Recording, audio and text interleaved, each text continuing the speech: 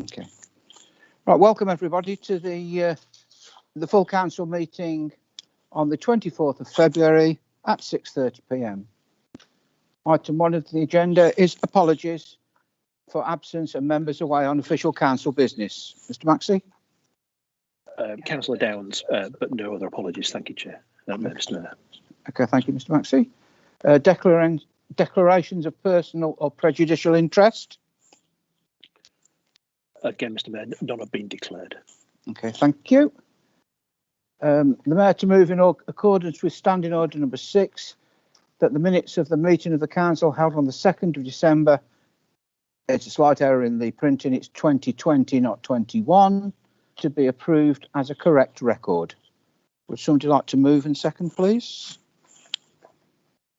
I'll move, Mr. Chair, Mayor. Thank you, Councillor Wright. Seconded by Councillor Bell. Oh. And Mr. Maxey, the vote, please. No, unless anybody particularly wants a vote, we can accept. Accept that. Okay. All right. Thank you. To receive the mayor's announcements, as you may guess, there's been very few mayoral things on at the moment. I have attended two virtual, one a presentation and another one on the Magna Park this morning, but they're both virtual, and as I say, there's nothing physical at the moment. Item 5, to answer questions from members and public pursuant to Standing Order number 7. Thank you, Mr. Mayor. No questions have been received. Okay, thank you. Right, we're going to item 6, and if Councillor Simpson would like to present the Planning and Development Board. Thank you very much, Mr. Mayor. I beg to move that the minutes of the meetings of the Planning and Development Board held on the 7th of December and 11th of January be received. Thank you. Starting from, is that seconded? Seconded by? I'll second that, Mr. Mayor. Seconded by Councillor Clues. We'll go through page by page. Page 76. Page 77. Page 78. Page 79. Page 80. Page 81. Page 82. Page 83. That completes. Thank you, Mr. Mayor. In that case, could I move that the minutes of the meetings of the Planning and Development Board held on the 7th of December and 11th of January be adopted? Thank you, Councillor Simpson. Second. Seconded by Councillor Moss. And we take a vote, Mr. Maxey. Yes, thank you, Mr. Mayor. Councillor Bell. For. Councillor Chambers.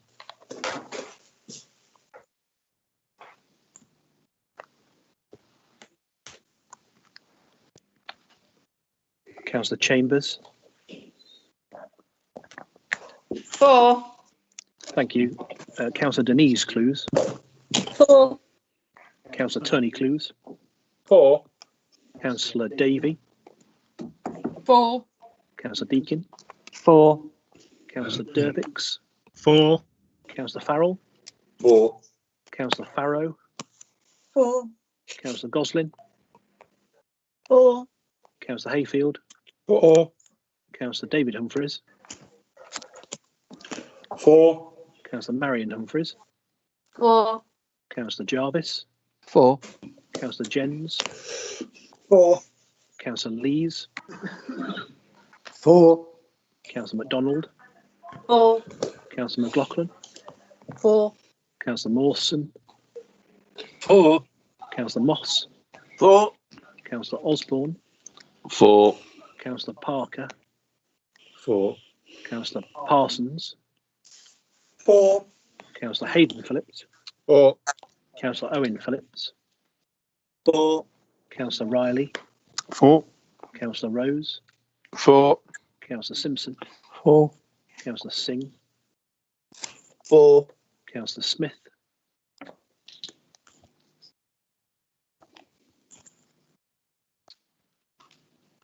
Councillor Smith,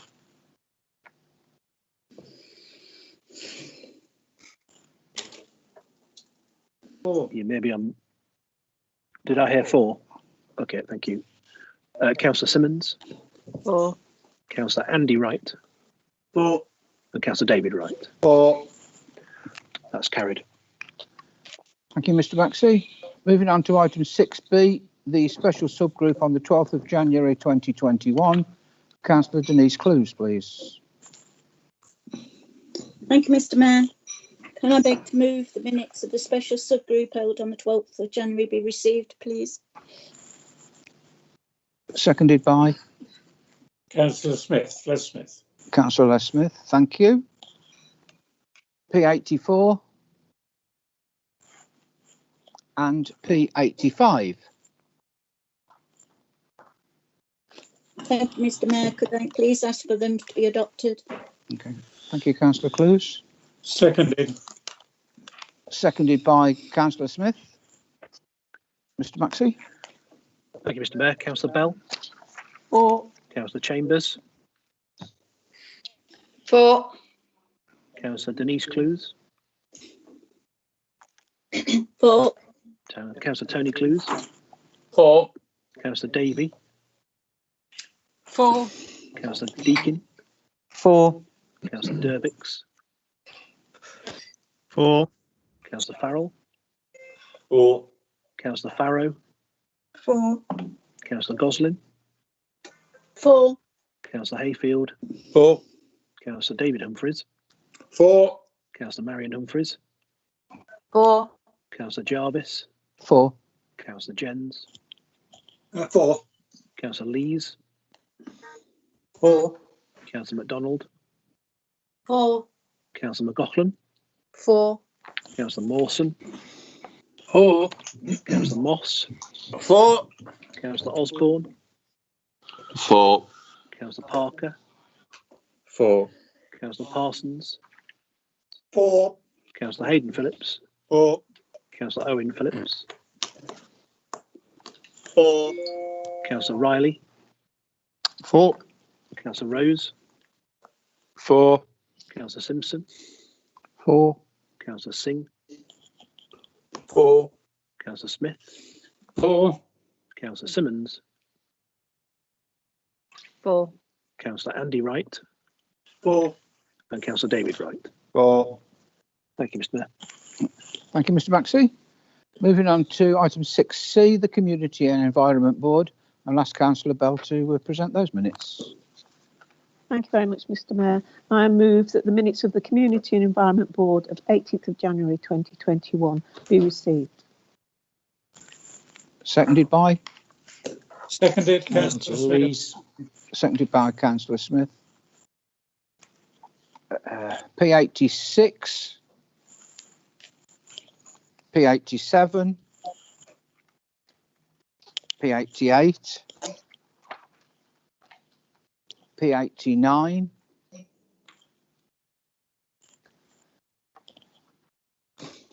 thank you.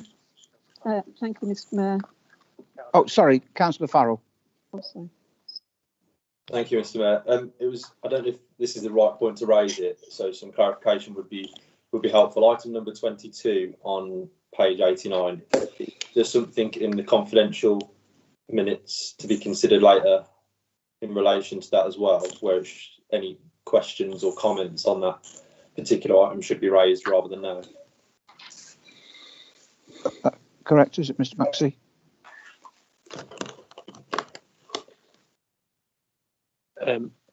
Yes, it depend if it's related to the matters that were raised on that item.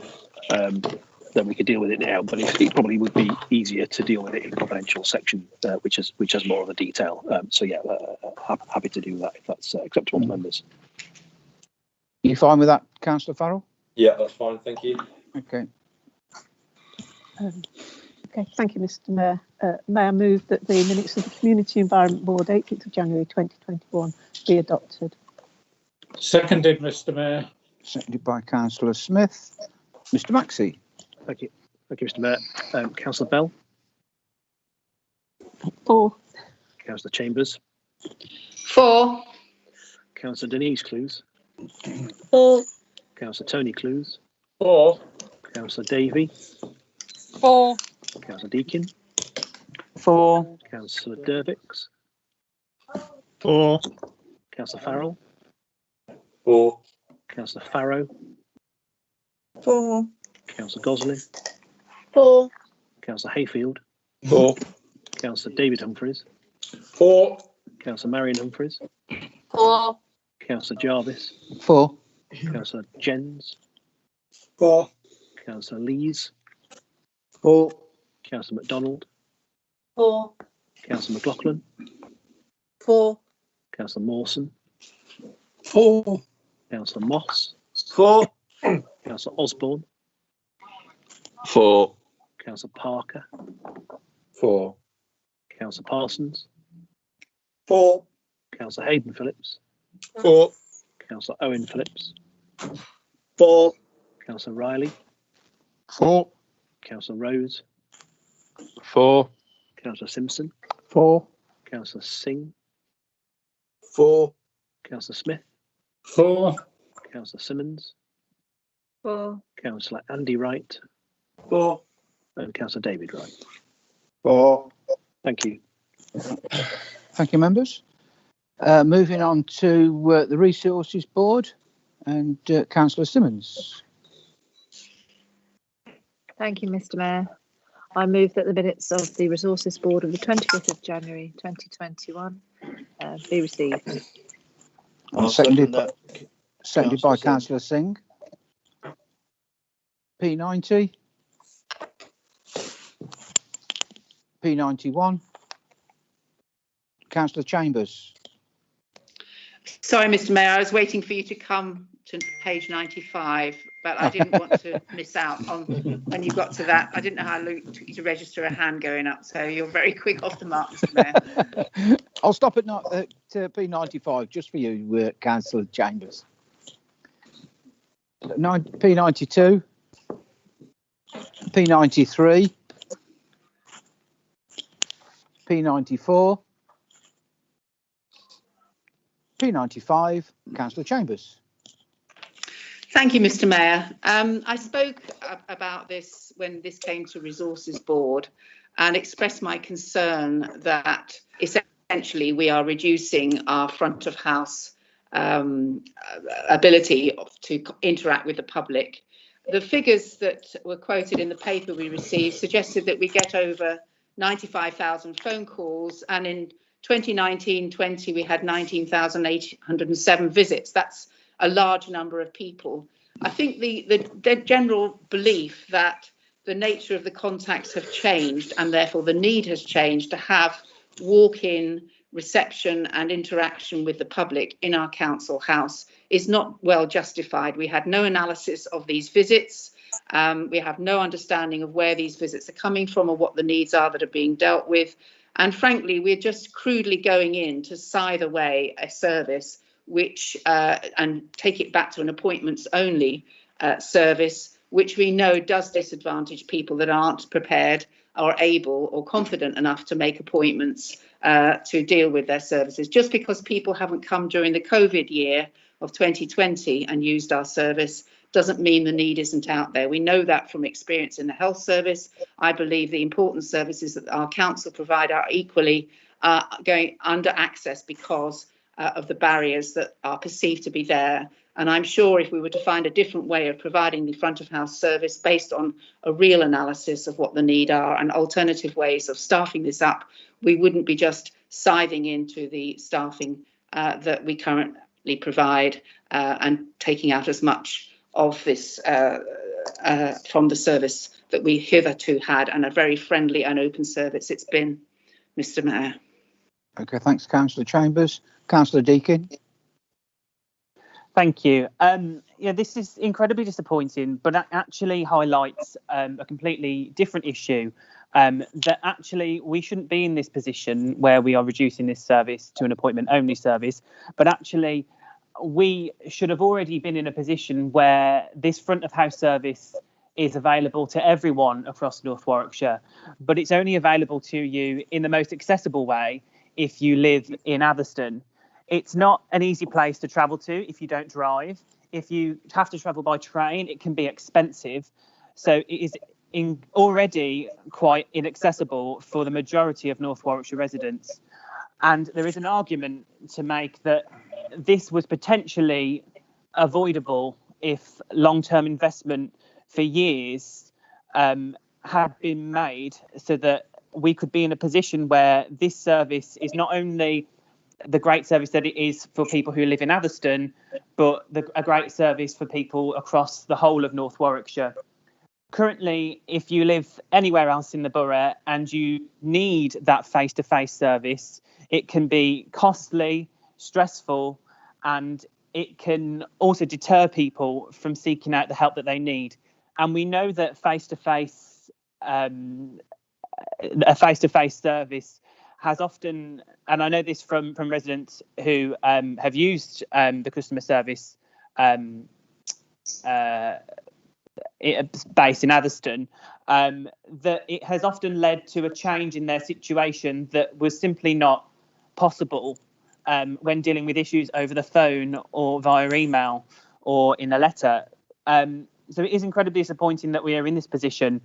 And I hope that in the future, the administration looks to not only return this service to a free-for-all where anyone can attend at any time, but also looks in the future at developing the service so that it can be accessible for all of our North Warwickshire residents. Thank you. Thank you, Councillor Deakin. Councillor Farrell. Thank you, Mr. Mayor. I have to agree with what Councillor Chambers and Councillor Deakin have said. Looking at the report that went to the Resources Board, there were still 19,807 visits to the contact centre in 2019-2020.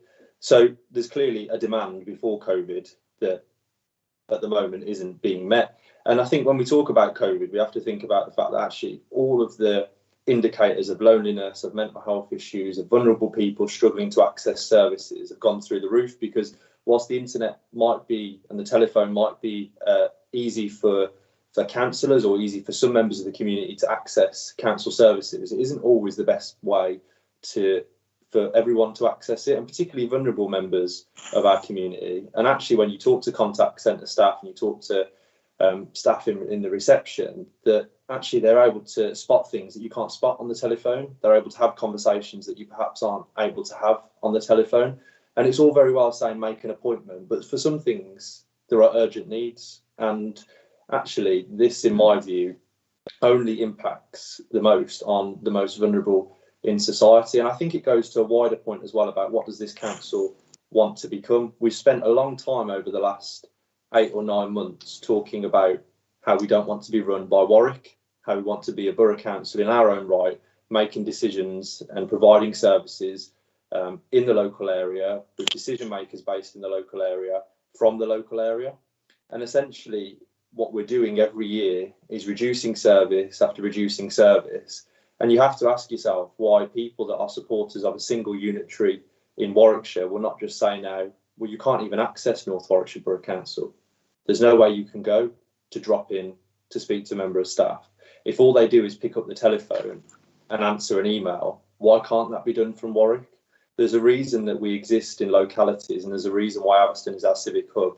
It's because we're a borough council. We're not some outpost of Warwick. And anyone that wants to argue that we shouldn't become a single unitary and then think this is a good idea, I'm afraid I think we're moving down the route of simply becoming an online only council. And if I was the government or I was a supporter of a single unitary, you'd have to ask, what's the point of paying all the overheads of North Warwickshire if they're not delivering any different a service to what could be delivered from Warwick? So I'm disappointed that this has come forward. There are clearly savings that could be made. There are clearly changes in service delivery that could be made as a result of COVID. We've all learned an awful lot and over the last 12 months, but I'm afraid this is too simplistic and there is not enough thought in this about how we move forward. One of the answers, it seems to me, in the report is, well, we have community hubs across North Warwickshire. Well, there's not a community hub in Atherstone, which is one of the most deprived communities in the borough and one of the largest communities in the borough. So how do the people of Atherstone access these services? There's clearly something here in this report, but I'm afraid the answer that it has come to just simply close the service down, in my view, is not the right one. Thanks, Councillor Farrell. Councillor Osborne. Yeah, thank you, Mr. Mayor. Again, councillors who've spoken before me have put it very well, really. There's still quite a lot of the population of North Warwickshire residents who are digitally excluded for one reason or another, and trying to access services when they've got those barriers, I just think is a recipe for disaster. It does take away the face-to-face interactions on the drop-in, which our staff are so good at. I'd like to compliment the job that they do in that face-to-face service, and I think some of that interaction could possibly be overlooked. And it also does, unfortunately, again, water down the services that the Borough Council are able to offer. It's becoming less and less. I know some difficult choices have to be made, but I feel that given time, that this will be reflected upon as not the correct choice. Thank you. Thanks, Councillor Osborne. Can I take Councillor Dervix next? Thank you. I actually want to speak on item 42. So if there is anybody who wishes to continue this discussion, it might be better for me to come back when we have moved on. Yeah. Thanks, Councillor Dervix. Councillor Wright. Yeah, thank you, Mr. Mayor. I was just going to say, I'm not quite sure where the opposition are coming from. They seem to be giving the impression that we are stopping face-to-face contact altogether and in some way sort of putting up the drawbridge, which is not the case. People will still be able to visit the centre. The council in Atherstone. Councillor Deakin, I have to say, I didn't understand what he was trying to say, where obviously the council offices are based in Atherstone. He said that was difficult and people would have to incur expense. So I can only assume that the proposal, possibly a little later when we start discussing the budget, will be having satellite offices across the borough to negate the need for people to visit Atherstone. So I'll look forward to your costings for that later in the meeting. Councillor Wright. Can I ask Councillor Gosling, is this on the same point? Yes, it is. Yes. Councillor Gosling. Thank you. I think, obviously, to clarify, I think any barriers towards a public service at the moment aren't welcomed. It is obviously a barrier to some people having to arrange an appointment and having to be in a specific place and not being able to attend an emergency situation. And I think anybody that doesn't acknowledge that needs to possibly rethink. I would also like to say that I think that whereas I understand and would welcome the fact that the council systems for this need restructuring, I think it's long overdue. However, I think that the whole policy needs restructuring.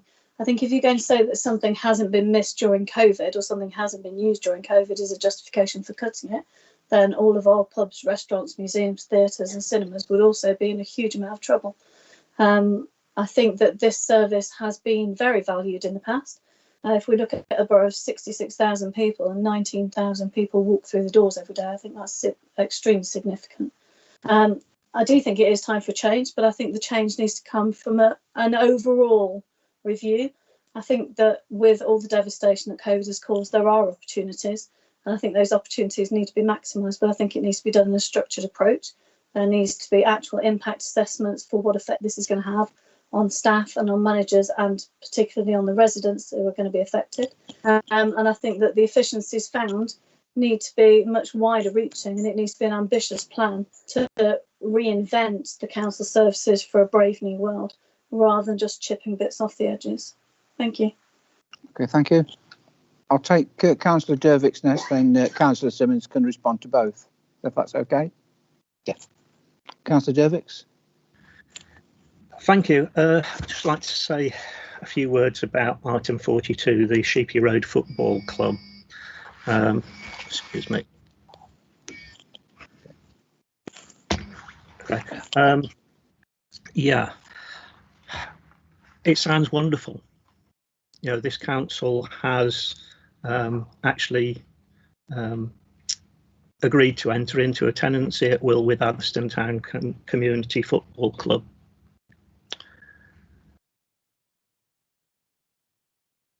I'm really, really disappointed that it stops there, basically. And you know, there are many residents in the borough who are disappointed, disillusioned, and I would say angered by this. It's something that I would find it very difficult to vote against. In fact, it's impossible to vote against it. But it really doesn't fulfil the promises that were made by this council unanimously last year to the football club, that they would be getting agreement over a tenancy at will that would facilitate them getting grants. During the debate at that time, it was made very clear by all sides that these tenancy at wills would be needed for 20 years, and that we were going to support the football club to help them to get that. And we have an agreement here. If the full minutes were there, it would show that this is for 1 year only. So I don't think the minute goes far enough. I think it should be a full minute to show what this agreement is. And I think that we should be making it clear that this is only a starting point, that this needs to go a lot further to fulfill the commitment that we made unanimously to this football club last year. And I hope that we can go forward on that. Thank you. Councillor Simmons. Oh, sorry. Councillor Parsons next. Councillor Parsons. Thank you, Chair. Yeah, it's on item 40 that I wanted to speak, really. It seems to me that moving from our open reception area to an appointments only scheme at this point in time is really unjustifiable. We know that there are problems that are going to mount. We know that when we come to the end of support for people in work and the like, the furlough scheme, that there are going to be a lot of people thrown into a lot of need. And at this point, to reduce the front office capacity of the council would seem to be really rather callous and short-sighted. We know that service is going to come under pressure. We know that people are going to be in significant need. We know that these times are not going to be easy for anybody. And to pull a significant piece of support and advice at this time and move to an appointment system only at the very time when people are going to be most vulnerable, and at the very time when the most vulnerable people are going to find it most difficult to make appointments in terms of online access and the like, I think this is entirely misguided and inappropriate at this time to look at this. So I would urge that we do not take this step. Thank you. Can Councillor Farrell come back for a second time? Yeah. Are you speaking on the same item, Councillor Farrell, or is it a different item? It's a different item. I just wanted some clarity. It's a little bit confusing because we seem to be having two different debates on two different topics. So it's the football club that I wish to speak on, so different to what I've spoken on. Yeah, okay. Please continue. Thank you, Mr. Mayor.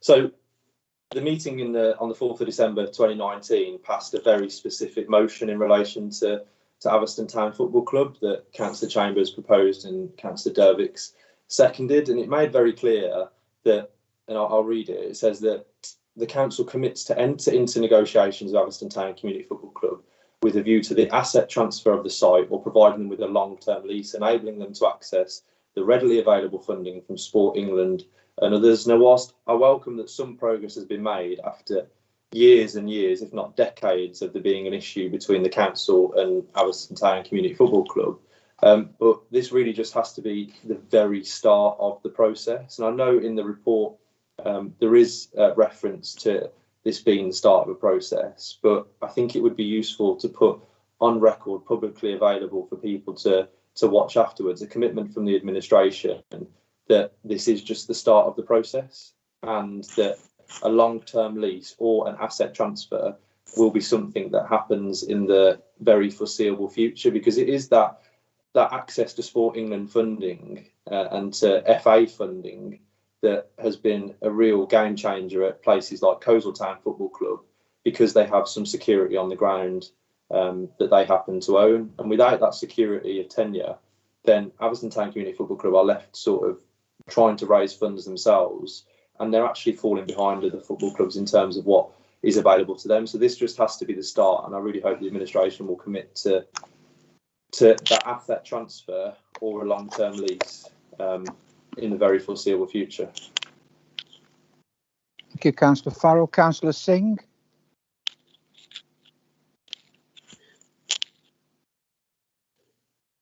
Talking about the football club after Councillor Dervick's was saying, I'm the borough councillor for Atherstone North, which is where the football club is. I've had no resident come to me who's disappointed with the borough council, with the ongoing issues with the borough, with the council here. You're talking about 2019. The whole system, the whole chairman's changed since then. There's a new chairman coming. He's already invested, I think, about £20,000 in the football club, and we haven't even spoke to them yet. We're opening talks with them, and we want to know what they want to do. So we obviously, as a borough council, we will help the football club to progress, do well. We want that, as you know, all the councillors here, I presume. So it's not saying that we are not doing anything.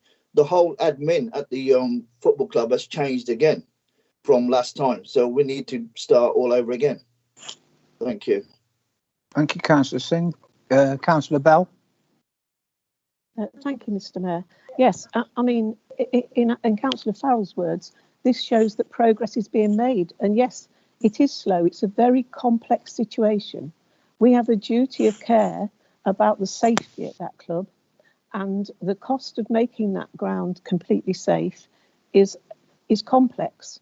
And this step on the way, this tenancy at will, is something that the football club have agreed. There's been a huge amount of discussion going on in the background, and this is the best first step that we've come up with them. So I wouldn't like people to think that we're not going along with what we agreed before. It's just that it's extremely complex, and it's something that goes steadily along. And as Councillor Singh's pointed out, we've had to keep negotiating with different people. Thank you, Councillor Bell. Councillor Simmons. Thank you, Mr. Mayor. Yeah, so just picking up those 2 points. Do you want me to? You said you'd listen to those, and do you want me to pick up both those points? Yes, please. Rather than go backwards. So just following on from a conversation and a debate about the customer contact at the reception. So it's not a significant change currently, because this is actually what we are doing. We are inviting people to make appointments. People are able to come in and make an appointment at the time, and we need to look at how they continue to be able to do that. We're not talking about taking away face-to-face. Face-to-face is really important, and it has been hugely valuable to people particular people over this last 12 months, where they have, really struggled, with services. However, the contact centre is also very, very good and can direct people to the right services. The way that people have been, and the public and residents have been seeking out services, seeking information, and utilising services has moved on as well. A lot has moved and changed in the last 12 months, for good and for bad. And in some of that good is that people are accessing services very, very differently, and we have got to reflect that in our offer.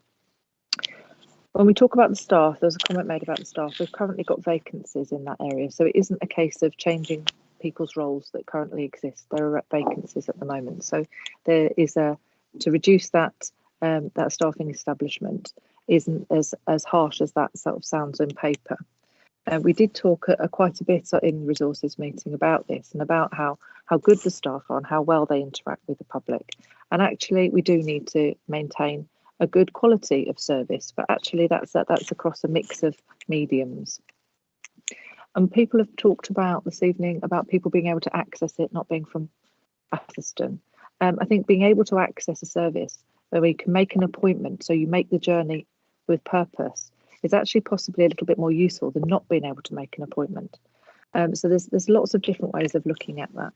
So I do think that it's a step forward in how we offer that service. It is a step change, but we have been doing it for some time now, and it's proved to be quite successful, and the public have responded really well to it. Now, if that changes, nothing we decide is absolutely set in stone.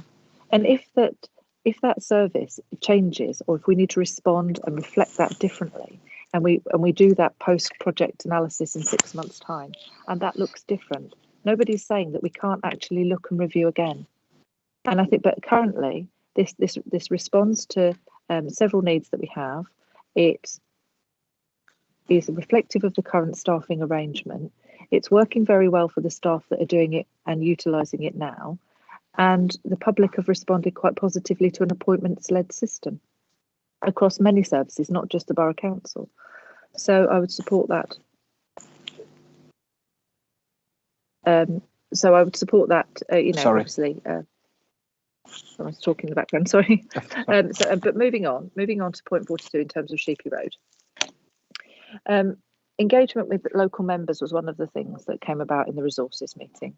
One of the things that we talked about, and one of the things that was agreed in that meeting, is that local members would engage in that negotiation. It is a starting point with a new team at Atherstone Town Football Club, and it is a process by which we need to move forward. Whether that ends up being a 12-month, a 24-month, whatever that outcome is, it's not something we can define now. What this is saying is that we've agreed to enter into a tenancy at will.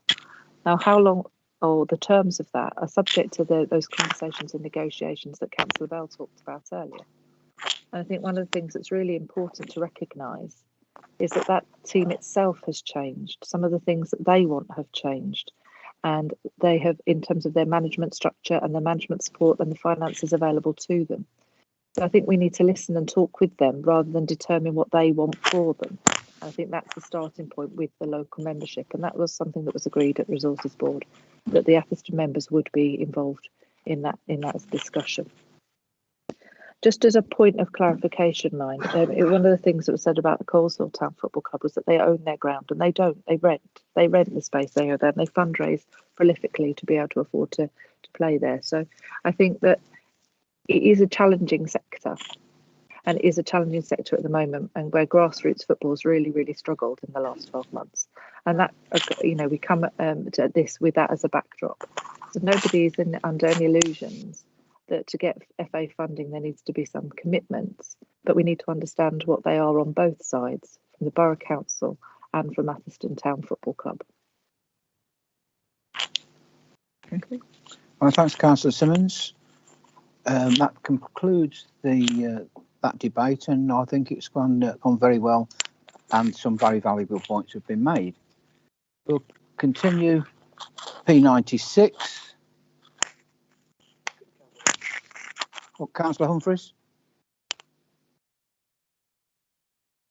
I was just going to point out about the reception, if I may. The biggest problem, 60, I'm afraid I'm indicated by Mr. Maxey that that debate is now finished. It's okay. I put my hand up a long time ago. People ignored it. I'll accept your point. Okay, thank you. P97.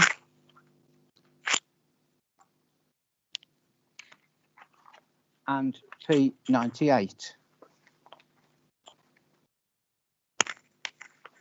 Have a mover and seconder, please. Thank you, Mr. Mayor. I move that these minutes of the Resources Board of the 25th of January are adopted. Seconded by Councillor Davey. Seconded by Councillor Davey. Mr. Maxey? Thank you, Mr. Mayor. Councillor Bell? For. Councillor Chambers? Against. Councillor Denise Clues? For. Councillor Tony Clues? For. Councillor Davey? For. Councillor Deakin? Against. Councillor Dervix? Against. Councillor Farrell? Against. Councillor Farrow? Against. Thank you. Councillor Goslin? Against. Councillor Hayfield? For. Councillor David Humphreys? For. Councillor Marion Humphreys? For. Councillor Jarvis? For. Councillor Jens? For. Councillor Lees? For. Councillor MacDonald? For. Councillor McLaughlin? Against. Councillor Mawson? Against. Councillor Moss? For. Councillor Osborne? Against. Councillor Parker? For. Councillor Parsons? Against. Councillor Hayden Phillips? Against. Councillor Owen Phillips? Against. Councillor Riley? For. Councillor Rose? Against. Councillor Simpson? For. Councillor Singh? For. Councillor Smith?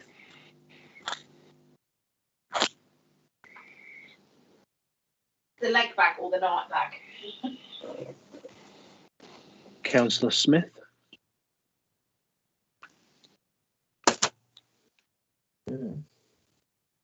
I'll come back to Councillor Smith in a minute. Councillor Simmons? For. Councillor Andy Wright? For. And Councillor David Wright? For. Councillor Smith, can we take your vote?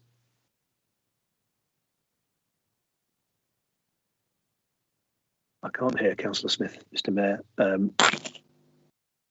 So I think I'll conclude the vote there, and that's carried. Thank you. Right, thank you, Mr. Maxey. I'll ask Councillor Jens to present the licensing committee of the 26th of January. Thank you, Mr. Mayor. Can I move that the minutes of the licensing committee held on the 26th of January 2021 be received? Thank you. Seconded by? Seconded. Mr. Mayor. Okay, thank you. P99 and P100. It's moved by Councillor Jens, seconded by? Me, Marion Humphreys. Seconded by Councillor Humphreys, Marion Humphreys. Mr. Maxey. Thank you, Mr. Mayor. Councillor Bell? For. Councillor Chambers? For. Councillor Denise Clues? For. Councillor Tony Clues? For. Councillor Davey? For. Councillor Deakin? For. If members could just mute until they're called, there's a little bit of background noise. Thank you. Councillor Dervix? For. Thank you. Councillor Farrell? For. Councillor Farrow? For. Councillor Goslin? 4. Councillor Hayfield. 4. Councillor Humphreys. Sorry, Councillor David Humphreys.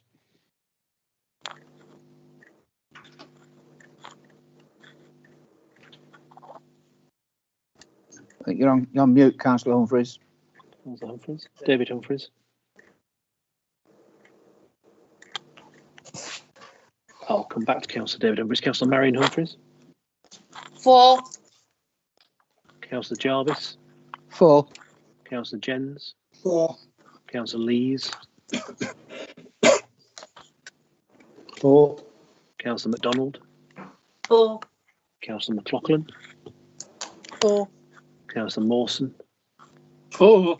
Councillor Moss. 4. Councillor Osborne. 4. Councillor Parker. 4. Councillor Parsons. 4. Councillor Hayden Phillips. 4. Councillor Owen Phillips. 4. Councillor Riley. 4. Councillor Rose. 4. Councillor Simpson. 4. Councillor Singh. 4. Councillor Smith. 4. Councillor Simmons. 4. Councillor Andy Wright. 4. Councillor David Wright. 4. Is it possible to go back to Councillor David Humphreys? Yeah, very sorry about that. I seem to have crashed for a minute. 4. Thank you, Councillor Humphreys. Thank you, Mr. Mayor. Thank you, Mr. Maxey. We'll ask Councillor MacDonald to present the minutes of the Standard Committee from the 11th of February. Councillor MacDonald. Thank you, Mr. Mayor. I move that the Standard Committee minutes from the 11th of February be received. Seconded by Councillor Smith. Councillor Smith, seconded. Thank you. P101 and P102.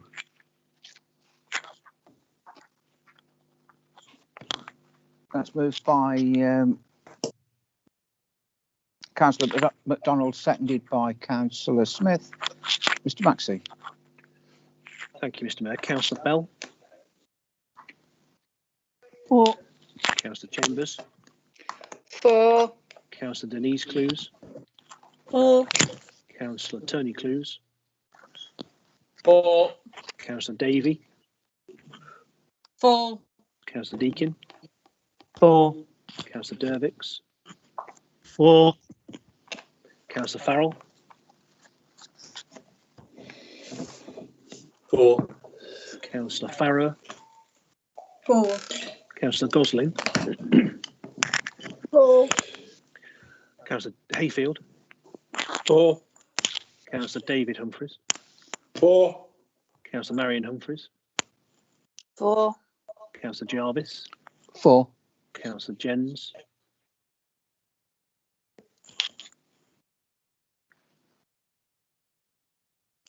Councillor Jens. Sorry, 4. Getting to a mute. Thank you. Thank you, Councillor Jens. Councillor Lees. 4. Councillor MacDonald. 4. Councillor McLaughlin. 4. Councillor Mawson. 4. Councillor Moss. 4. Councillor Osborne. 4. Councillor Parker. 4. Councillor Parsons. 4. Councillor Hayden Phillips. 4. Councillor Owen Phillips. 4. Councillor Riley. 4. Councillor Rose. 4. Councillor Simpson. 4. Councillor Singh. 4. Councillor Smith. 4. Councillor Simmons. 4. Councillor Andy Wright. 4. And Councillor David Wright. 4. Thank you, Mr. Mayor. Thank you, Mr. Maxey. We'll move on to item 6G, which is the minutes of the Executive Board on the 15th of February. And I'm informed by Mr. Maxey that we take up to item 35 and then vote at that point and then a further vote 36 onwards. Am I correct to that, Mr. Maxey? It's just a recorded vote in respect of item 36. The regulations now require us to take a recorded vote in the setting of the council tax. Yeah, okay. So it's voting for all of them accepts 36 first time round and then 36 on its own? The other way around, Mr. Mayor. So we'll take a separate vote on 36. Go page by page. We'll have a separate vote on 36 at the end of any debate on that, and then you'll go through the rest of the pages and then vote on the whole of the executive board. All right, thank you. Councillor Wright. Thank you, Mr. Mayor. I move that the minutes of the Executive Board held on the 15th of February of this year be received. And seconded by? Councillor Simmons. P103. Oh, sorry, Councillor MacDonald. Oh, Councillor Ford. You're muted, Judy.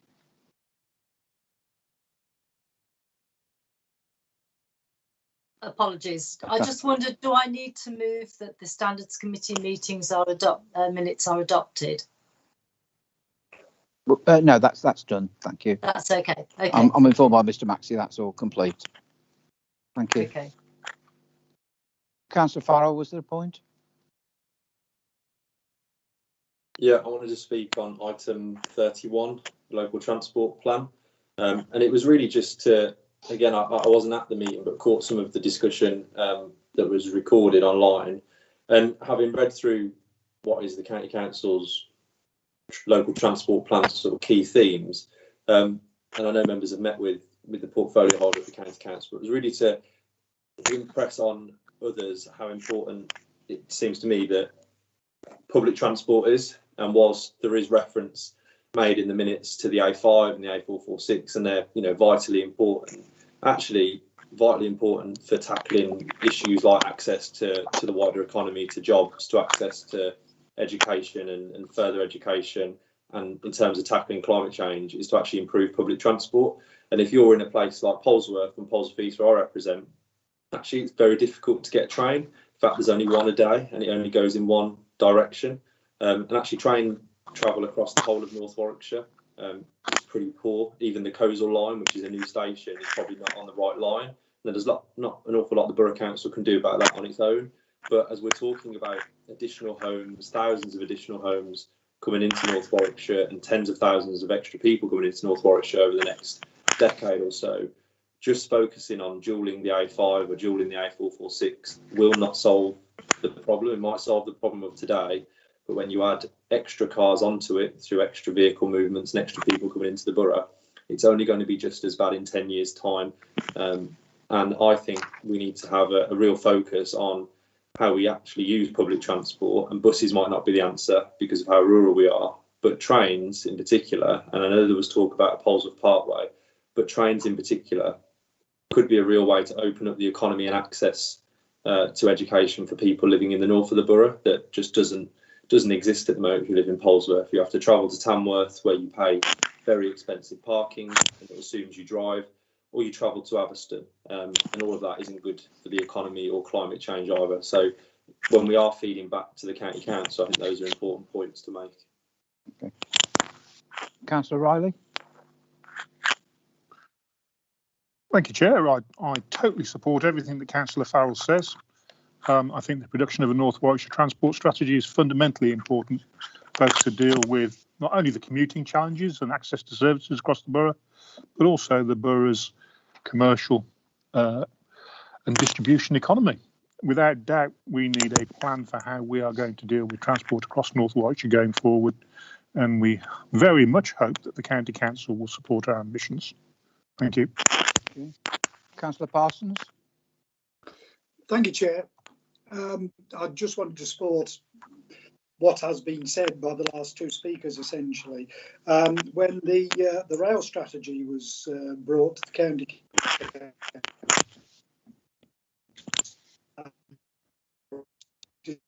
the plan is lacking ambition, and it does lack ambition.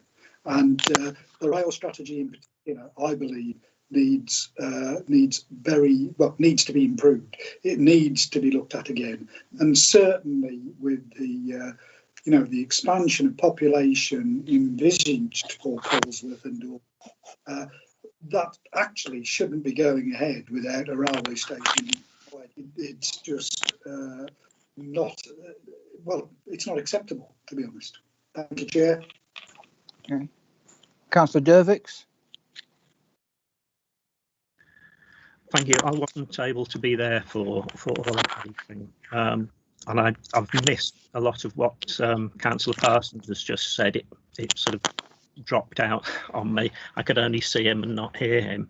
But I'd just like to say that I have been lobbying at the county council and elsewhere about the rail connections that we have and the huge increase in rail passengers that we've seen over the last few years. It is the biggest percentage in the country, and it is hampered by the access. I have actually managed to get agreement from the council that the county council, that their long-term plan includes improvement to the access, including a bridge, a footbridge, so that people can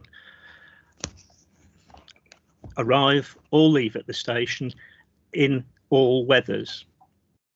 As all of you know, the access is not good at the moment, and it is an ongoing fight to get that.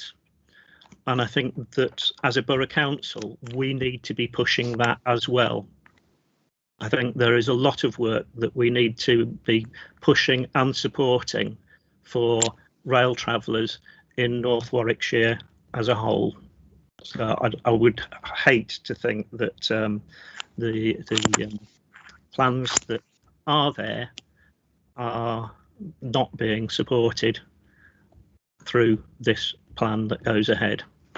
So I hope I can count on support from the Chief Executive and others in this council to push forward that plan. Thank you. Councillor Chambers.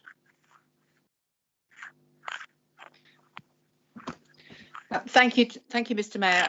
On the topic of the local transport plan and the county council's new strategy, I'm afraid I missed the executive board meeting, but are we preparing a borough council response to this consultation,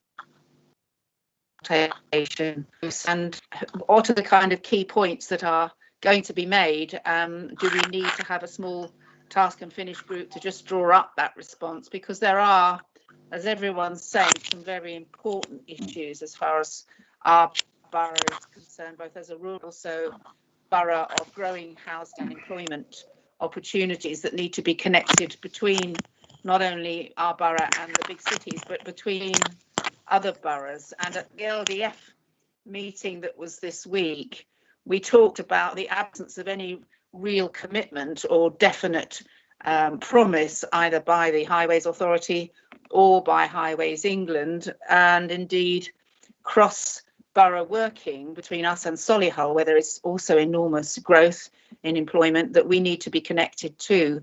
And those different modes of connection, be it bus, rail, or more sustainable healthier methods like cycling and walking, all of those issues aren't just something for our borough to think about. They are about between borough discussions and strategy. And it seems to me that, you know, we have to tackle this, and we have to have a joint council response. Councillor Bell. Thank you very much, Mr. Mayor, and I absolutely agree with Councillor Chambers. And actually, the Health and Wellbeing Working Party, in the context of health, it was considered that we should have a small group to look at a response to this strategy, and that will go forward as a recommendation to C&E board.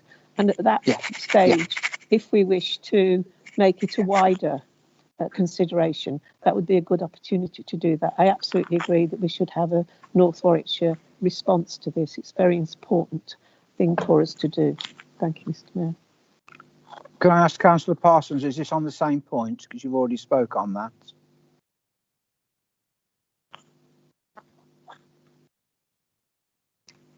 Councillor Parsons?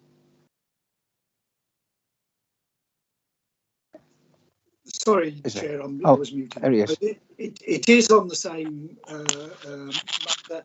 It's an item I forgot. I crave your indulgence, but Come on, quickly it's a very then. brief item. Yeah. Thank you very much. Just, in our local plan, the Polesworth Dorden area, Warwickshire is accepting nearly 4,000 homes from Birmingham, and yet there is nothing being done to improve the transport links with Birmingham. And again, okay. this is not good enough. Thank you, Chair. Okay. Okay. We'll carry on through. Oh, I'll ask Councillor Wright to sum up on that point. No, thank you, Mr. Mayor. Agree with everything that's been said. Just for information, our response to the county's consultation was in the report that went to executive. There has already been a meeting of the group that's been set up. That took place either yesterday or the day before. I totally agree. We will be pushing for everything that is good to do with North Warwickshire, as Councillor Riley has already said. So absolutely, we are pushing it all the time to get the best for North Warwickshire. Thank you, Councillor Wright. We'll move on through the pages. P104.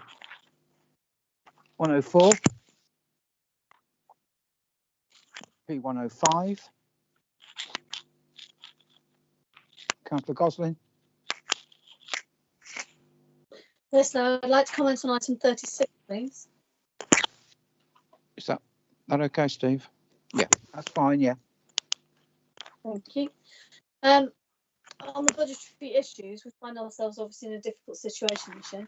Every year we present a Labour counter budget, an alternative budget, and every year I proudly sit there listening to inspirational ideas and forward-thinking, ambitious budgets about breakfast clubs for all children, investments in leisure trusts, revolutionising our services, street lights on, more police, to name a few, more services. However, this year, this is not the way. We are at a cliff edge. We're taking from earmarked reserves to pay into our revenue accounts, robbing from Peter to pay Paul, in order to put a tiny plaster on the gaping wound of 1.5 million in gap. We only had tough choices. This is partly due to COVID and partly due to the relentless cuts by central government. Services, the reductions in the new homes bonus, a lack of structure and a lack of understanding on where business rates are going to end up. This leaves the council in a very, very difficult position. But this is not the only issue. We have also seen the cliff edge coming. We've known it's been there for some time. And there's been no saving strategy, no lifeline of support for the residents of this borough.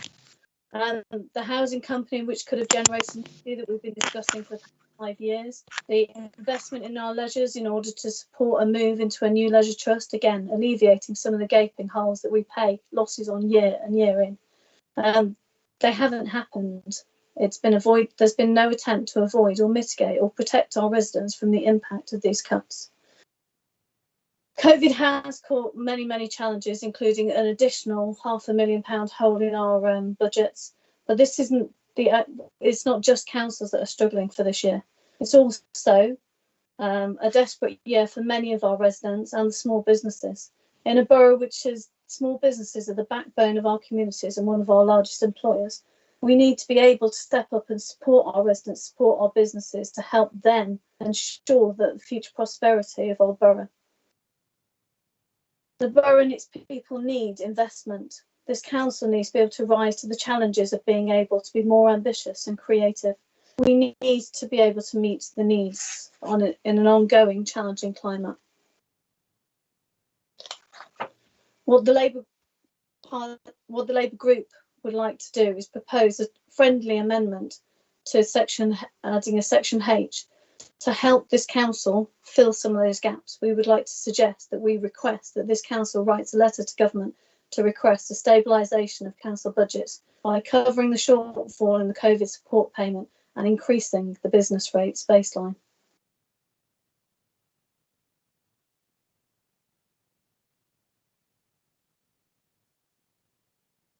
Excuse me, can I just have another go just to recording that that motion? I got as far as request this council rights to government 2, and then if you can just slowly take me through the rest of it. To request a stabilisation of council budgets by covering the shortfall in the COVID support payment. Just bear with me. Stabilisation of council budgets. Yes, stabilisation of council budgets. By covering the shortfall in COVID support payments.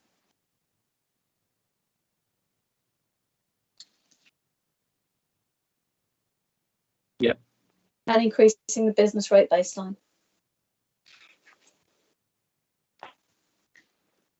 Thank you. I have that. Thank you, Mr. Mayor. Thank you, Councillor Gosling. Okay, thank you. You want to come back on that, Councillor Wright? Or the end of the debate? Yeah, okay.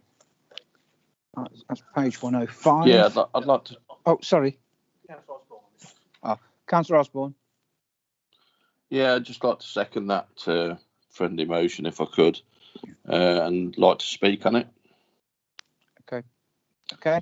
Yeah. Yep. Obviously, the local government association at the minute, they're highlighting the £8 billion shortfall in local government 20 to 21. That's pre-pandemic. Obviously, that's a considerable amount, and now that government are only going to cover 75% of those costs. I think it would be a good idea as a council if we did make communications with government, like the local government association are, to cover all the costs.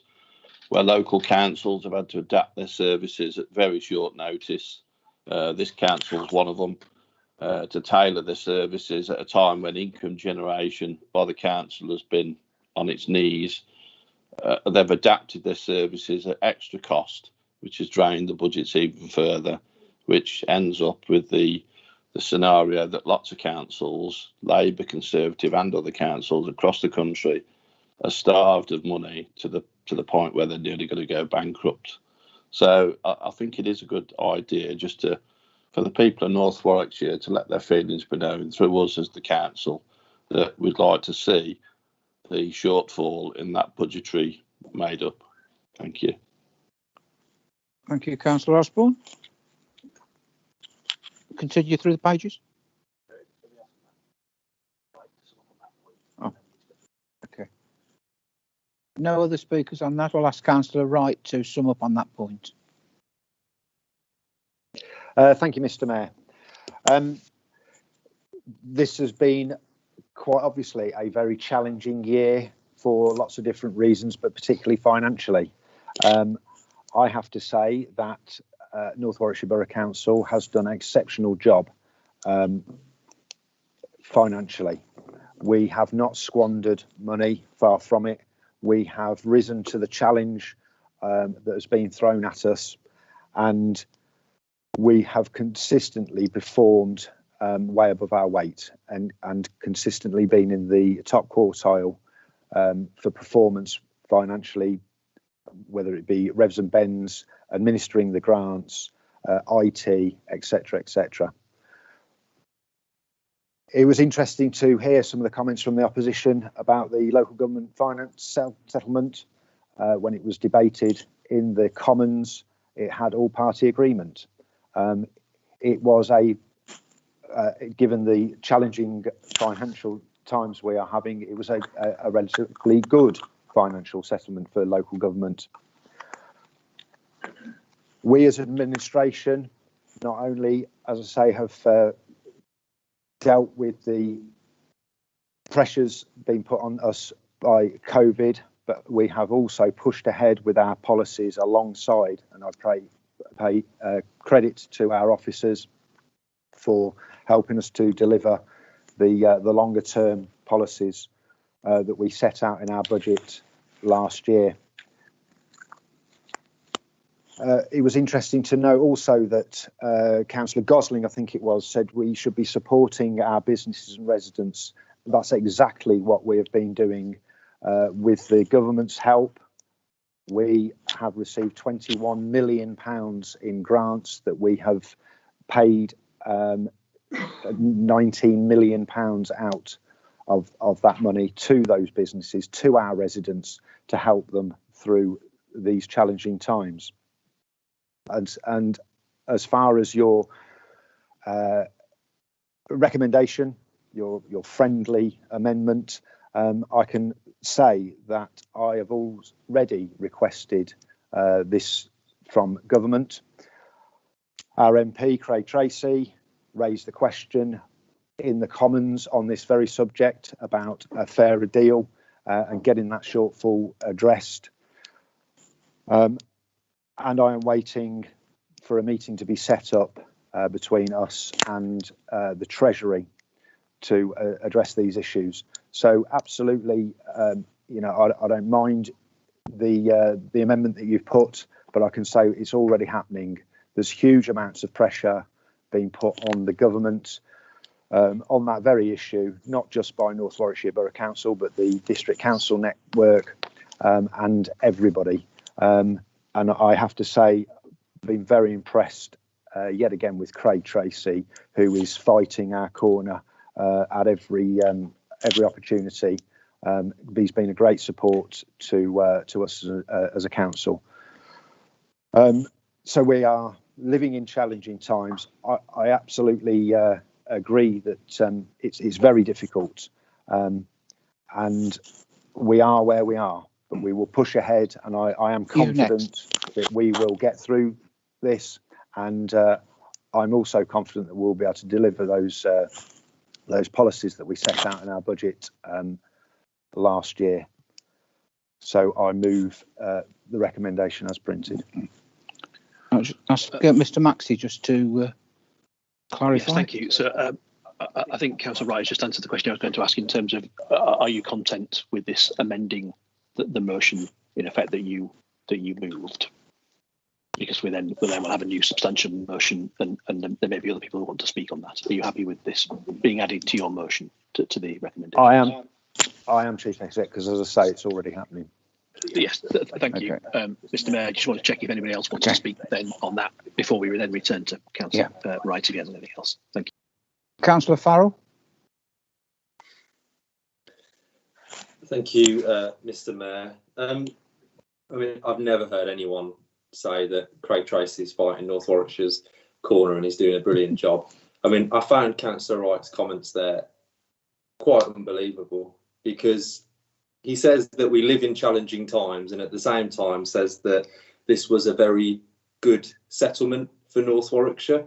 It doesn't seem to me to be a very good settlement if you have to close down your reception, cut your borough care service altogether, and basically deliver statutory services, and that's it. You know, this council spent an awful long time talking, as I've said in previous comments tonight, about how it doesn't want to be run by Warwick, how it wants to be a council in its own right. And yet for the last 11 years, we haven't managed to produce a budget without dipping in to reserves to fund our day-to-day spending. You know, trying to take the party politics out of this. You've got Conservative councillors across the country that are saying, look, yes, they were the party that went into the 2010 election with a platform of austerity and they believed it was right then. But actually, 11 years on, you are getting to the point where you are cutting local government to the bone. The spending settlement, the local government finance settlement that was announced by the government earlier this year, which said a massive increase in expenditure for local government, for local councils, a large chunk of that was met by council tax increases. It's not giving us money as a council if we then have to go and take it off the taxpayers of North Warwickshire to fund it. You know, there's a real argument here. What's the point of councils the size of North Warwickshire? What's the point of them existing with their overheads and their costs? Why can't that be done at another level? Because it seems to me that we're just eating away at the bone now. We're cutting and cutting and cutting, delivering fewer and fewer and fewer services. And I don't see I don't understand what we've achieved. I don't understand what Craig Tracy's achieved for us. I'm not really sure what our local representative in Parliament has achieved in terms of local government finance, because there was no increase there hasn't been an increase, as far as I'm aware, in the central grant paid to North Warwickshire Borough Council since Craig Tracy's been an MP. Not aware of a single time that the grant has been increased by government. There might be some one-off pots of money with 50,000 holes to jump through, with new homes bonus and business rates relief, but the actual money we get to spend on our services, that hasn't increased. That hasn't increased once. And I think we're getting to the point now where actually these meetings are every year are almost pointless, because you get a few big cuts, you get a bit of top slicing, but essentially the services we deliver will be fewer and fewer. When we get rid of leisure services, which no doubt will be next, what else does the council deliver that isn't a statutory function? And yeah, I can't support the administration's budget. I'm also not certain that writing to government will achieve anything, because it hasn't achieved anything in the past. I could have, bet my house on the fact that Councillor Wright would have said that they were already doing this. Well, frankly, if you're already doing it and it isn't working, I'm not sure how that's going to change in the future. In all seriousness, national government need to have a serious think about whether they want local government in this country to just be pen pushers that fill in some forms, or they actually want us to deliver real change in our local communities in terms of economic growth and jobs. And I'm not sure they do. I think they see local government as a hindrance, not as a vehicle for change. I think that's a real shame, because, and I can say this in a position for the backbenchers, there are some good people in local government on all sides, and I don't think any of us got in to make the choices that we're having to make. But the fact is, the administration continues to make the wrong choices because it is blinded, I'm afraid, by a government that simply doesn't care about local government and doesn't want it to thrive and exist, which is why they've underfunded us for the last decade. And the budget tonight is frankly a budget that does nothing for the people of North Warwickshire, apart from maintain their status quo in a few areas and cut back in a lot more. And that's why I can't support it. Thank you. Councillor Farrell hints at a very good point, in that as a borough council, we are giving ammunition to national government and Conservatives across Warwickshire for local government reform. And that is exactly what we're doing by treating our budget setting meetings with no ambition or inspiration at all. And when it comes to our local member of parliament, I think it's fantastic that Councillor Wright mentioned that Craig Tracy has been talking about these issues that we've raised today, but all I see him talking about is golf. And if I'm honest, that isn't something that the majority of North Warwickshire residents actually care about. I'm in a position where for months now, since October half term, but there are also residents before that, where I'm still giving nappies to Craig Tracy's constituents, because mothers and fathers can't afford to buy nappies for their own children. And that is the position that we're in, and it's only worsened. And we can blame COVID all we like, but it has been a rolling effect over the past 10 years that from local government cuts. But we talk about charity and community in a way that makes it seem as if they should be our only routes to better people's lives. But the difference that we have between the Labour Party and the Conservative Party is that the Labour Party doesn't think that we should just rely solely on charity, but actually we should have a statutory safety net for everyone in our borough and in our country. But at the moment, there is a groupthink and an ideology in local government all across this country and in national government that charity and community is the way forward, and they are fantastic. And I love charity, but I also hate it because it shouldn't exist. We should have statutory services across our local government services and in national government that provide the same benefits that charity does, without the postcode lottery that charity often provides. For example, in many areas of our borough, we have some fantastic councillors on both sides, and I've worked with Councillor Simmons quite a lot during the pandemic, and I've enjoyed working with her. but some people across this borough and across this country don't have the benefit of having good local councillors like Councillor Simmons and like people in my group who are proactive in their communities. And again, that leads us to a postcode lottery where people miss out because they don't have the statutory services that should be there. We talk about discretionary services, and often one of the points made when there is a cut in a discretionary service is, well, it's a discretionary service anyway.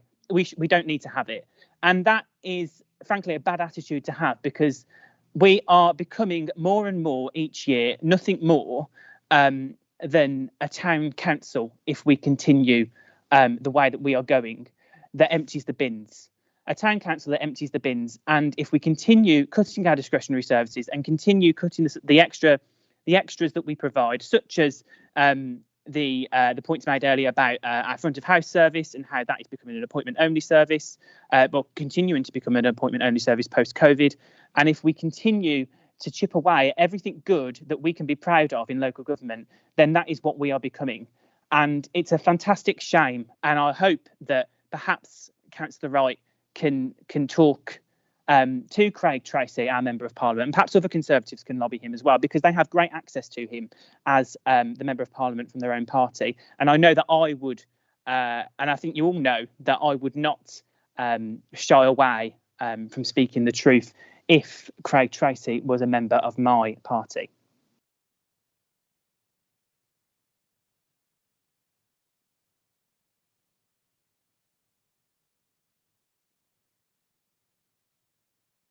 Does help if I unmute. The next page is page. Sorry. Oh, sorry. Yeah. Back to Councillor Wright. Sorry. Thank you, Mr. Mayor. I think for a start, Councillor Farrell, when you quoted me as saying that I said the local government settlement was good, I didn't say good, I said that it was agreed by all parties in the Commons when it was voted on. Yeah, sure, it's not particularly good for North Warwickshire and hasn't been for some years. That is quite to be addressed.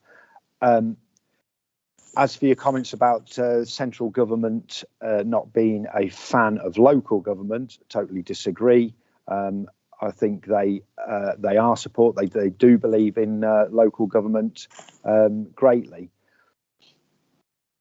As for Councillor Deakin, we'll end up just emptying bins. Well, if you think that's the only statutory service that we supply or deliver, Councillor Deakin, then you need to. That worries me, to be fair. You know, we administer millions of pounds in grants, in revenue and benefits with our housing team. We're the planning authority, for instance. You know, so a council that just ends up emptying bins, as I say, that concerns me. As I said before, it's not a great settlement, but it was agreed by all parties nationally. We will continue to push, not just from North Warwickshire, but the district council network, and everybody is putting huge amounts of pressure on the government to give us a fair settlement, and also to deliver on their pledge to reimburse local authorities for all losses, not just 75 pence in the pound that they have so far given us. I refute the comments made by Councillor Farrell and Councillor Deakin about our MP. He does work extremely hard for the constituents, and also helps the council get us the audience with ministers, etc. So on that, I think it's, I'll just end by saying, for all the rhetoric, for all the political point scoring that the opposition has tried to gain, I don't see an alternative coming from them. So you can criticise, and I would expect you to criticise because you're in opposition. But nowhere do you offer any sort of alternative. So, you know, criticise all you like, But let's put your money where your mouth is. If there was another choice, where is it? So I commend our budget to the council and move the recommendation. Page 106 now, Steve. No, we need to take a vote on that particular item because it's a council tax setting. We're Yeah. required to take a recorded vote. So just to clarify, Councillor Wright, you've agreed to alter the printed recommendation with the inclusion of Councillor with recommendation H. Could you just check Councillor Simmons as the seconder? Are you content with that as well? So members, we're now moving to a vote for the recommendations as printed, A to G plus H as read out earlier. Unless anybody wishes me to read that out again, I'll now move to that vote. So Councillor Bell. For. Councillor Chambers. Against. Councillor Denise Clues. For. Councillor Tony Clues. For. Councillor Davey. For. Councillor Deakin. Against. Councillor Dervix. Against. Councillor Farrell. Against. Councillor Farrow. Against. Councillor Goslin. Against. Councillor Hayfield. For. Councillor David Humphreys. For. Councillor Marion Humphreys. For. Councillor Jarvis. For. Councillor Jens. For. Councillor Lees. For. Councillor MacDonald. For. Councillor McLaughlin. Against. Councillor Mawson. Against. Councillor Moss. For. Councillor Osborne. Against. Councillor Parker. For. Councillor Parsons. Against. Councillor Hayden Phillips. Against. Councillor Owen Phillips. Against. Councillor Riley. For. Councillor Rose. Against. Councillor Simpson. For. Councillor Singh. For. Councillor Smith. For. Councillor Simmons. For. Councillor Andy Wright. For. And Councillor David Wright. For. Thank you, Mr. Mayor. That's carried. Okay. So we continue with the pages now. Okay. Continue with the minutes. P106. You got your hand up, Jack. Thank you. It's just on the trading company item, and we wanted to change the Labour appointment from Leader of the Opposition to myself for the non-executive director appointment to that trading company. We minority reported it to change that appointment. Can I ask Councillor Wright for a comment? Oh, sorry, Councillor Farrell, and then we'll go to Councillor Wright. Thank you. Councillor Farrell? Yeah, can you hear me? Very faint. Is that any better? Yep. Yeah. Yes. Okay. Turn my volume up.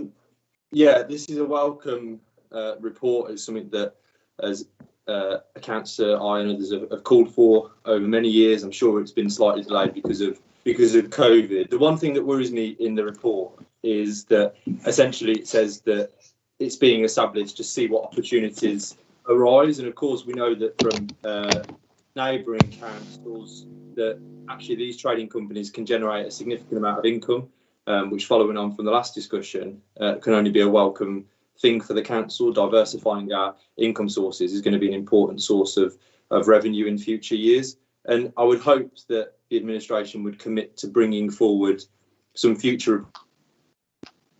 actual capital to this, because of course the trading company can't make any money unless we put some money in it to start with to invest. And I was just a little bit concerned that it seemed as we're setting it up and we'll come back to it at some point in the future. Whereas what we should, I think, be doing is saying we're setting this up and we've got a clear plan to invest, X amount of money into it, so that we can start to realise some return on investments. Because generating, I think in Nuneaton and Bedworth, they generate something like £500,000 from NABSIL, and that would be a huge income source for this council going forward and would help reduce the loss of services if the government continues to reduce and mess around with local government finance. So I would hope the administration will be a bit more positive and proactive in the future on that. Councillor Wright. Yeah, thank you, Mr. Mayor. Thank you for your support, Councillor Farrell, and more than happy to support the change of membership from Councillor Gosling to Councillor Deakin. Okay. Thank you. P107 and P108. They're moved and seconded by Councillors Wright and Simmons. Mr. Maxey. Thank you, Mr. Mayor. Councillor Bell. 4. Councillor Chambers. 4. Councillor Denise Clues. 4. Councillor Tony Clues. 4. Councillor Davey. 4. Councillor Deakin. 4. Councillor Dervix.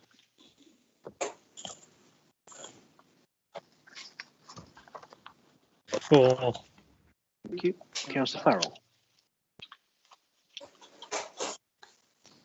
4. Councillor Farrow. 4. Councillor Gosling. 4. Councillor Hayfield. 4. Councillor David Humphreys. 4. Councillor Marion Humphreys. 4. Councillor Jarvis. 4. Councillor Jens. 4. Councillor Lees. 4. Councillor MacDonald.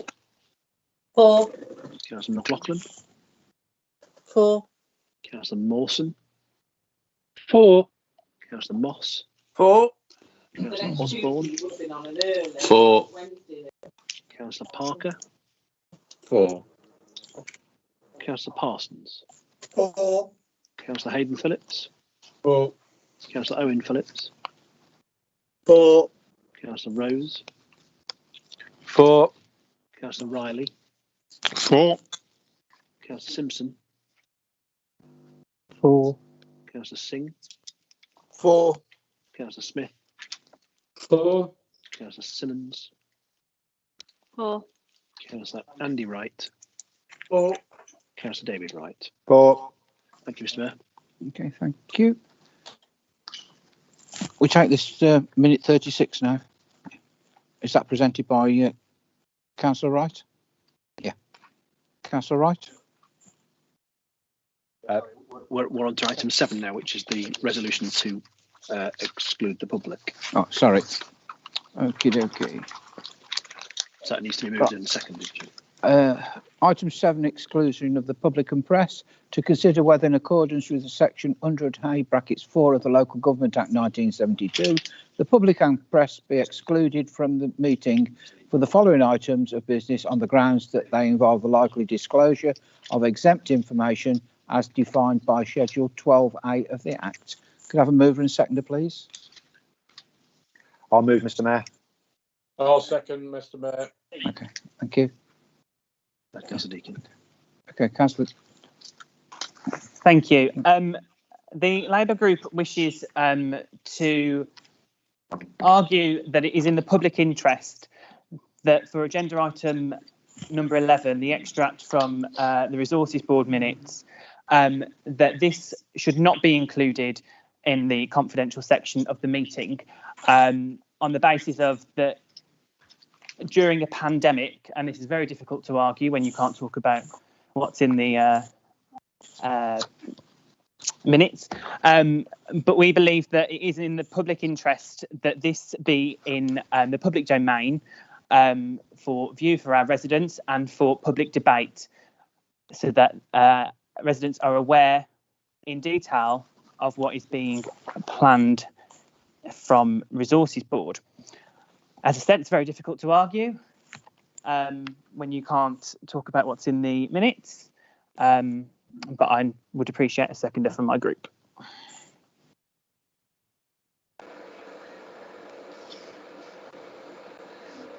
Is there anybody wishing to second? Yes, my hand's up. Oh, sorry. Councillor Gosling, I couldn't see your hand, sorry. It's okay. Just to reiterate what Jack said, I think that the potential for devastating effects on some of our most vulnerable residents in this agenda item number 11 is significant enough to overcome the public interest should be significant enough to overcome the need for confidentiality. Okay, thank you. I'll take guidance from Mr. Maxey. Do we take a vote on this proposition? You have other speakers, Mr. Chair. Oh, sorry. Councillor Chambers, then Councillor Farrell. Yes, thank you, Mr. Mayor. I have to really understand why a major item that is now in our budget that's been approved is now has to be debated in the confidential part of our agenda. And I'm not sure that the justification that we've heard thus far from officers is sufficient to slip this into the confidential part of our agenda. And I do question what is going to happen to some of these services as a result of our budget is actually going to be in the public domain. If it's not tonight, then when? Please, could we have some justification either from Mr. Maxey or from the administration about why we are moving this into the confidential part of the agenda, given that it is now part of our budget? Councillor Farrell. Councillor Farrell. Thank you. Oh. Yeah, thank you, Mr. Mayor. I don't understand, given what is in the public papers for council, why the topic of discussion is in the confidential section. And this is a major and significant change of council service that even in the public section of the minutes talks about having regard for the public sector equality duty, talks about alternative provision, the transfer of customers, the ending of contracts, the establishment of a task and finish group to consider how those people affected can access support available in their community to meet their needs. There is clearly a public interest in such a large service discussion being in the public arena. I don't understand, having been through a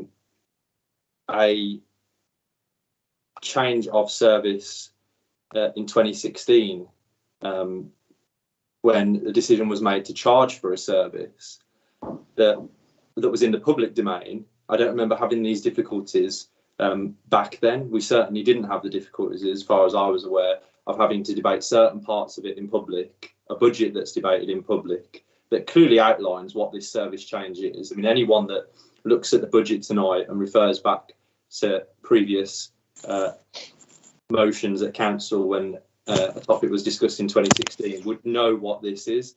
So I don't understand, given that staff would have already been consulted on this, that trade unions would have been engaged, why we would want to talk about this behind closed doors. There is clearly a public interest in elected representatives being able to be publicly accountable for the decisions that they make, and I would support the move that this item is not moved to confidential and instead remains in the public session of council.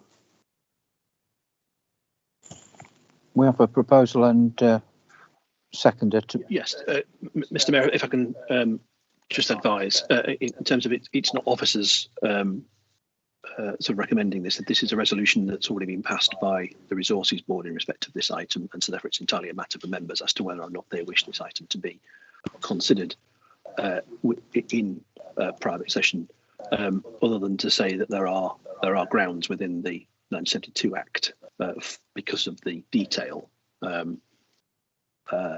to for that to remain in private, but it's not for officers to decide, it's for members to decide. We do have, item 7 has been moved and seconded by Councillor Bright, Councillor Smith. Councillor Gosling and Councillor Deakin have in effect suggested the opposite of that in respect of item 11. What I suggest, because it's not just a simple opposite, it's an amendment to take out 11. I don't think they're objecting to items 8, 9, 10, 12 and 13 being in private session, and Councillor Deakin is just nodding his agreement to that. So I think what I'll do is, with your permission, Mr. Mayor, is if we put the amendment to the vote, so that is that this is a motion then in effect to take section item 11 out of the private session. So therefore, if members wish for this to be considered in private session, they need to vote against the motion that Councillor Gosling and Deakin have put forward. I hope that makes sense. Is everybody clear as to what we're now voting on? Yes, thank you, Mr. Maxey. Everybody clear? In which I case, see no hands. Oh, sorry. No, sorry, Mr. Mayor. I'm not clear on that at all. As a point of order, I wonder if officers could explain what has changed in terms of their advice. I understand it's a decision for members whether this is part of a confidential or public session, but clearly officers have provided some advice somewhere along the lines that means this is in confidential session. Now, I've just got up the minutes of the discussion surrounding a debate about a service in 2016, which is in the public domain. So when the administration agreed to charge for the Borough Care Service in 2016, all of the decisions, discussions and references in the minutes were public, and I don't understand whether something has changed between then and now, because even at Resources Board in 2016, where there were implications when that service was being changed, on staffing and on customer access and everything else that is relevant in today's report, the minutes of that Resources Board meeting held on the 18th of April 2016 were public. Why are we now having a discussion about a service in private, and why has the officer advice changed? Mr. Mayor, I don't think the officer advice has changed. The recommendation to the Resources Board is that it was considered in private session, and that was accepted by the Resources Board. And as a result of that, that's why it appears in this section. The fact that it's mentioned elsewhere does not mean that the full detail can necessarily be disclosed. But again, it's entirely for members to decide whether they want to have this in private session. Officer advice at Resources Board was that it's in private session, and that was accepted, but it's entirely appropriate for members to vote whichever way they wish this evening. So, Mr. Mayor, if I may, so you have an amended recommendation 7, which is that the public and press be excluded for items 8, 9, 10, 12 and 13, i.e. not 11. So I'll take, if everybody's clear on what we're voting for, I'll put that to the vote. Councillor Bell, please. Against. Councillor Chambers. For. Councillor Denise Clues.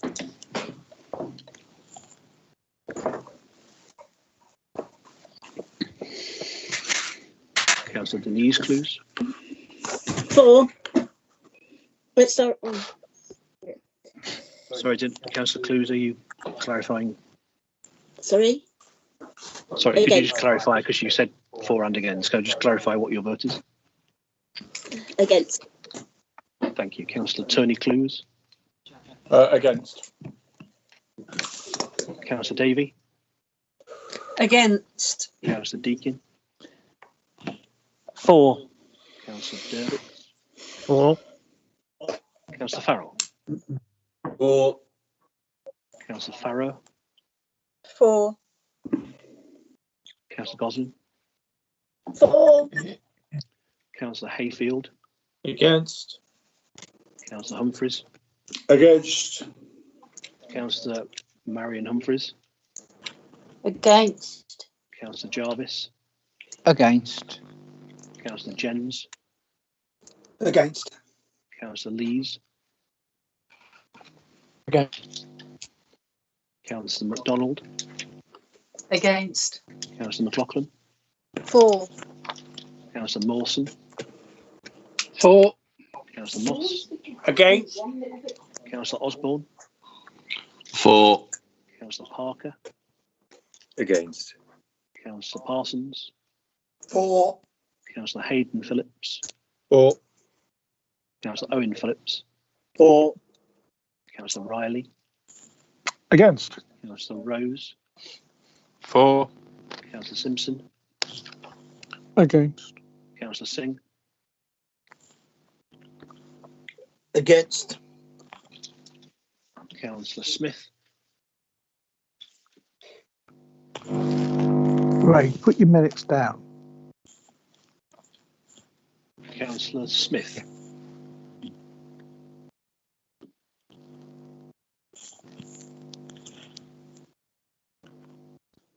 I'll come back to Councillor Smith. Councillor Simmons. Against. Councillor Andy Wright. Against. And Councillor David Wright. Against. Can I just try to go back to Councillor Smith? Councillor Smith. Against. Thank you, Councillor Smith. That's lost. Okay. Mr. Mayor. I'm afraid, Mr. Mayor, now that the amendment has been lost, I need to put back to you the substantive motion, which of course is pretty much the opposite of what you've just put. So I'm afraid I'm going to have to take you through that vote or a similar vote. Can you just clarify? This is for the all of the confidential items together now. Yes. So this is back to the motion that was passed, which is that the public and press be excluded in effect for the remaining items of the meeting. So if you're happy, Mr. Mayor, thank you for indicating. So Councillor Bell. For. Councillor Chambers. Against. Oh dear. Thank you. Councillor Denise Clues. For. Thank you. Councillor Tony Clues. For. Councillor Davey. For. Councillor Deakin. Against. Councillor Dervix. Against. Councillor Farrell. Against. Councillor Farrow. Against. Councillor Goslin. Against. Councillor Hayfield. For. Councillor David Humphreys. For. Councillor Marion Humphreys. For. Councillor Jarvis. For. Councillor Jens. For. Councillor Lees. For. Councillor MacDonald. For. Councillor McLaughlin. Against. Councillor Mawson. Against. Councillor Moss. For. Councillor Osborne. Against. Councillor Parker. For. Councillor Parsons. Against. Councillor Hayden Phillips. Against. Councillor Owen Phillips. Against. Councillor Riley. For. Councillor Rose. Against. Councillor Simpson. For. Councillor Singh. For. Councillor Smith. For. Councillor Simmons. For. Councillor Andy Wright. For. Councillor David Wright. For. Thank you, Mr. Mayor. That's carried, and thank you, members, for your patience on that. Thank you, Mr. Maxey. That ceases broadcast.